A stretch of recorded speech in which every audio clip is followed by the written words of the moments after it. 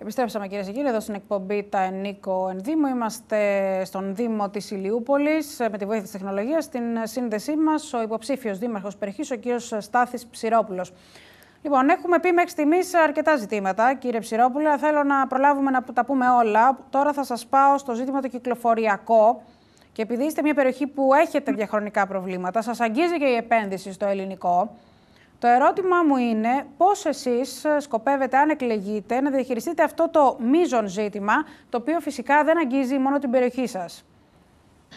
Ισχύει ένα τεράστιο ζήτημα, η Αλήμου Κατεχάκη που λέμε, όπου η Ηλιούπολη πραγματικά κοκαλώνει τις πρωινές ώρες και τις απογευματινές ώρες, λόγω της υπερτοπικής κυκλοφορίας. Είναι ένα ζήτημα που νομίζω όχι μόνο οι κάτοικοι της Ηλιούπολης, αλλά και τα νότια προάστια, που περνάνε από το Δήμο μας, καταλαβαίνουν ότι έχει καταστεί δυσβάσταχτο.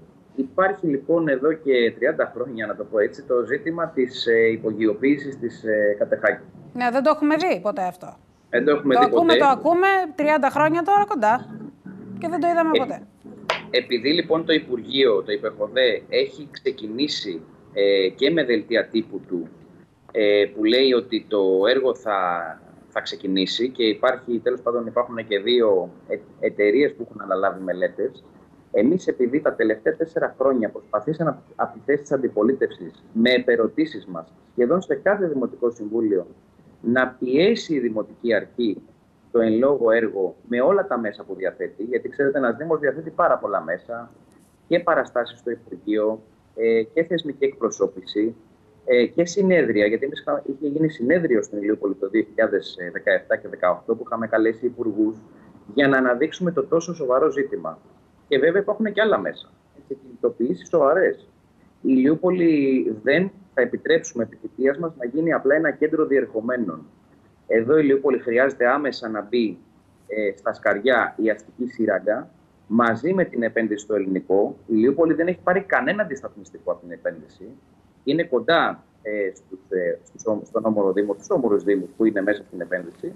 Και θεωρώ ότι χρειάζεται το Υπουργείο να λάβει υπόψη του σοβαρά αυτό το μεγάλο έργο που δεν εξυπηρετεί μόνο την Ηλιούπολη. Εξυπηρετεί όλα τα προάστια και τα νότια, γιατί είναι μια σύνδεση βορείων και νοτίων προαστίων η αστική σύραγγα.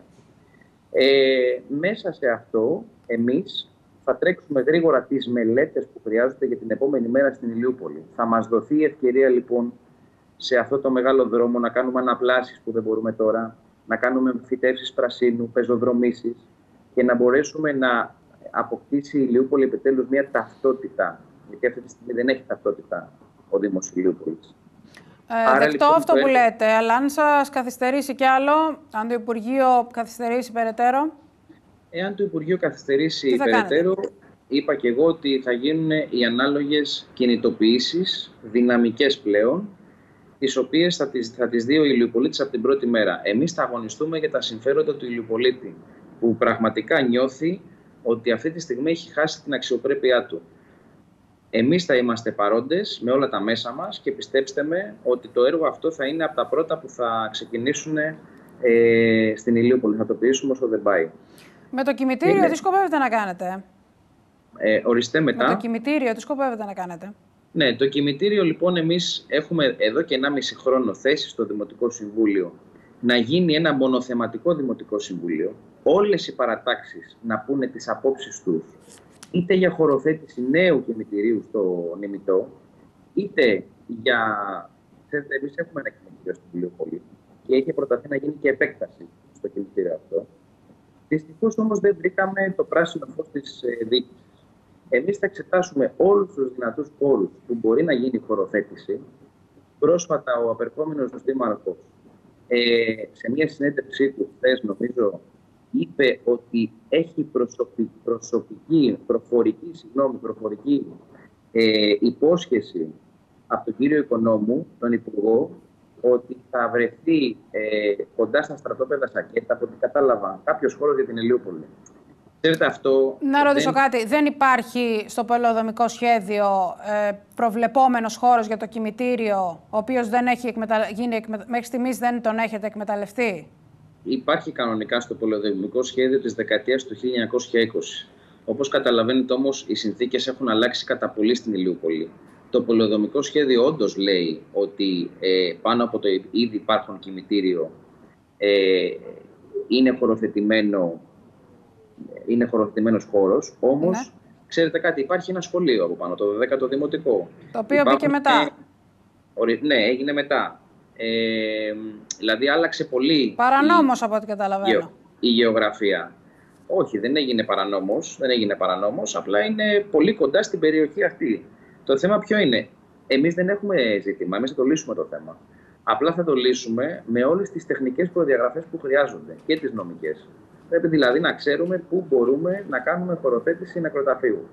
Υπάρχει ακόμα και ένα τμήμα μικρό, πάνω από το ήδη υπάρχον νεκροταφείο, το οποίο είχε προταθεί και εκεί να χωροθετηθεί ένα μικρό μέρος, το οποίο θα μας εξασφαλίσει βιωσιμότητα. Γιατί όντως, τη στιγμή που μιλάμε, έχει υπερκοριστεί το ήδη υπάρχον. Υπάρχει και ο ημιτός βέβαια. Αλλά για να χωροθετήσεις νεκροταφείο στον ημιτό, πρέπει να μπει στο προεδρικό διάταγμα. Νομίζω αυτό θα ήταν καλύτερο να αποφευχθεί. Ναι, εντάξει. Για πολλούς και διαφόρους λόγους. Αντιλαμβάνεσαι τι θέλω να πω. Σωστό. Βέβαια, πολλοί δήμοι, όπως η Γλυφάδα, όπως τέλος πάντων, υπάρχουν πάρα πολλοί δήμοι, οι οποίοι έχουν χωροθετήσει νεκροταφείο στον ημιτό. Αυτό θέλει και τη διαχείρισή του όμως. Ναι, σε σημείο που μπορεί. Ναι. Το θέμα είναι ότι υπάρχει ήδη κάποιος χώρος, λίγο πιο πάνω από το υπάρχον. Θα ήταν, νομίζω, καλύτερο προς όλους να μπορέσει εκεί να γίνει μία επέκταση, κύριε Ψηρόπουλε. Σωστό. Θα σας ευχαριστήσω πάρα πολύ. Εγώ σας ευχαριστώ για το βήμα που μου δώσατε και εύχομαι μάλλον θα είναι τυχερή η εκπομπή σας, γιατί σε 2 μέρες που θα έχουμε τα αποτελέσματα πιστεύω ότι θα ήταν. Και θα έρθω και από το στούντιο, γιατί δεν μπορούσαμε να την κάνουμε να έρθω από εκεί. Σίγουρα όμως θα έρθω με τα χαράς να με φιλοξενήσετε και σας ευχαριστώ πολύ για το βήμα που μας δώσατε. Αν είστε νικητής, θα έρθετε και την επόμενη εβδομάδα. Εντάξει, ευχαριστώ πολύ, κυρία Γαλάνη. Σας ευχαριστώ, καλή επιτυχία. Ευχαριστώ.